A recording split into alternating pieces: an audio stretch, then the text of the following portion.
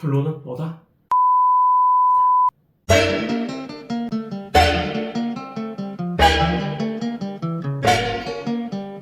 자, 다들 그러지 않겠습니까? 원래는 새 들어 살기 때문에 보일러는 제가 살 이유가 없었습니다.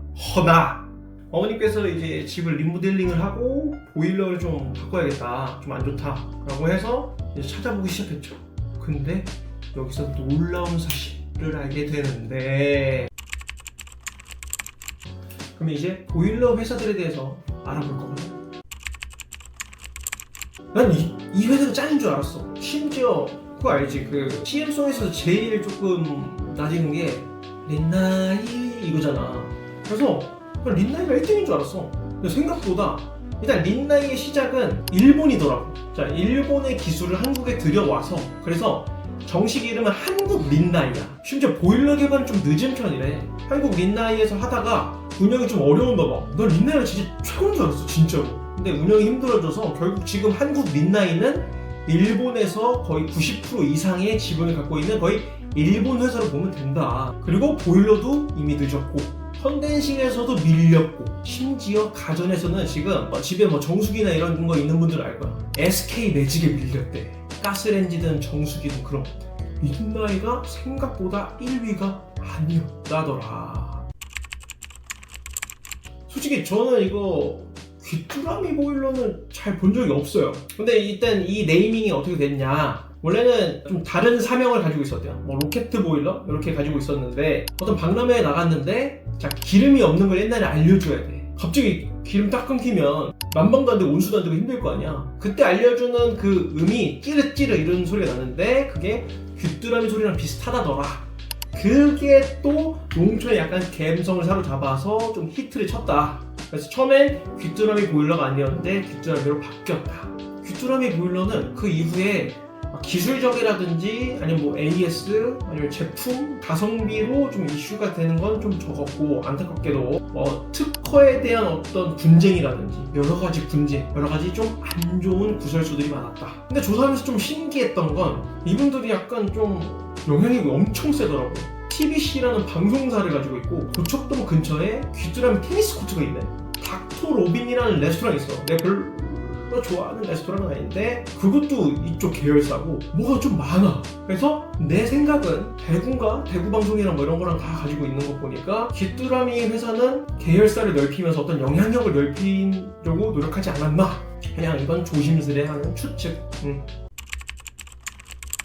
경동나비엔 그렇게 낯익진 않지만 전 제 세대는 린나이입니다. 지금 MZ들은 경동나비엔 좀 알지 모르겠지만, 좀 또 찾았다면서 신기한 거는 국가대표 보일러 이런 타이틀을 안고 왔을 때 저는 코웃음을 쳤거든요. 뭐지? 이랬어. 근데 1988년에 무려 88년에 콘덴싱 기술을 개발해가지고 그때부터 이제 보일러 밀기 시작했대. 근데 그때는 기술에 대한 그런 것도 없었고 그냥 보일러 싼 거 쓰자 이렇게 돼가지고 경동이 좀 밀렸던 거야.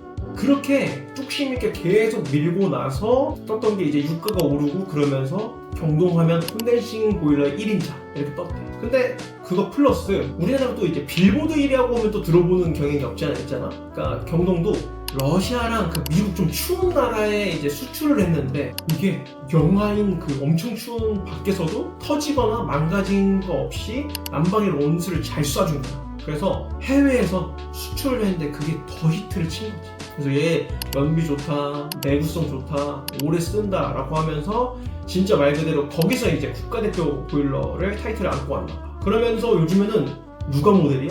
마동석형이 모델이라. 그러면서 제품군을 많이 늘렸어. 온수매트, 온수기, 실제로 그런 제품군을 늘리면서 보일러 점유율은 좀 압도적이고, 다양한 제품군들로 지금 한국 시장에서도 점유율을 꽤 높여가고 있다. 자, 그러면 이 세 업체를 비교해 봤을 거냐, 내가 찾아보면서. 가격도 비슷비슷하고, 근데 내가 제일 궁금했던 건, 솔직히 마음은 린나이가 너무 정이 들었었는데 제일 중요한 건 정비더라고. 잠깐 망가졌을 때 바로 고쳐야 되는 게 보일러거든. 생각보다 없으면 바로 힘들어져, 삶이. 린나이는 그냥 이건 개인 경험이야. 전화했을 때마다 새로 바꿔야 된대. 그래서 보일러가 꽤나 큰 가전인데 이렇게 오래 못 쓰나? 라는 생각을 잠깐 했어서 그래 이건 좀 잘 알아봐야겠다 생각했지. 그럼에도 불구하고 린나이에 대한 평은 나쁘지 않더라고. AS 괜찮고 나쁘지 않다.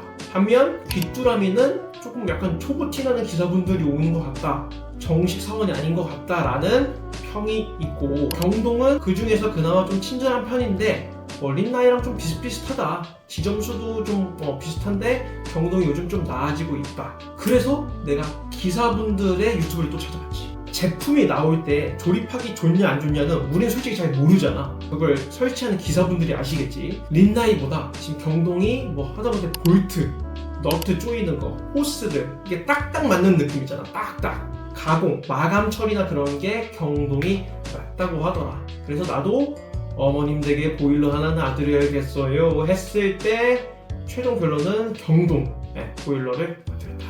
그래서 결론은 뭐다? 추가. 근데 너무 슬픈 소식. 나는 내가 지금 월세랑 뭐 고시원 모두 다 합쳐서, 전세 합쳐서 경동인 적이 없어. 오늘 여기까지.